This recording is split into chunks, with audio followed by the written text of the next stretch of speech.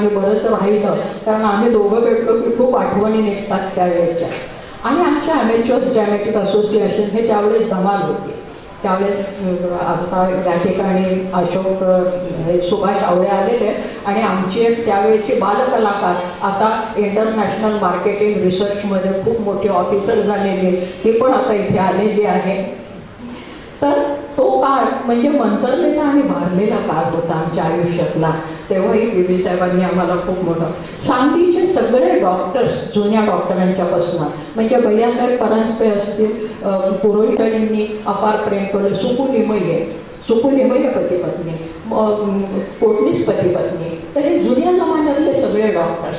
आणि मला आश्चर्याचं वाटतं की माझ्या वयाचे आणि जुन्या जमान्यातले असलं तर काही हरकत नाही हो, पण हा प्रवाह कसा वाहत राहावा, संथ वाहते कृष्णामाई, तसा कुमार देसाईंच्यापासनं आणि डॉक्टर देसाईंच्यापासनं डॉक्टर भडकेंच्यापर्यंत आणि डॉक्टर दिलीप जावडेकरांच्यापर्यंत हे सगळा डॉक्टरांचा प्रवाह आसपासचा हा माझ्या भोवती मला सांभाळत आलेला आहे. आणि माझं घर सांभाळत आलं, नुसतं त्यांनी मला सांभाळलं नाही, एक जनरल पेशंट म्हणून हॉस्पिटलमध्ये त्यांनी कधी सांभाळलं नाही.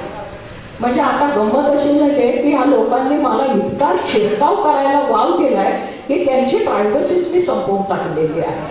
आणि इतका मी गैरफायदा घेते. ते डॉक्टर भटक्यांचं हॉस्पिटल म्हणजे मला असं वाटतं माझंच हॉस्पिटल आहे, काही झालं तरी असं. डॉक्टर गोसावींच्या बाबतीत वाटतं आले असतील रात्री 11 वाजता, काय बिघडलं, आपण फोन केला पाहिजे, आणि तेही म्हणतात तुम्ही केव्हाही फोन करा. मग मी पण फायदा करते. मुंबईला मुंबई विद्यापीठामध्ये नाट्य विभाग केंद्र सुरू झालं.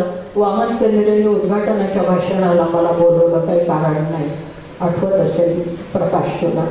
प्रकाशने तिथे लोककला अकॅडमी केंद्र सुरू केलं, म्हणाला सुरुवातीला तुम्ही यायला पाहिजे. मग तिथे मी काही दिवस गेले.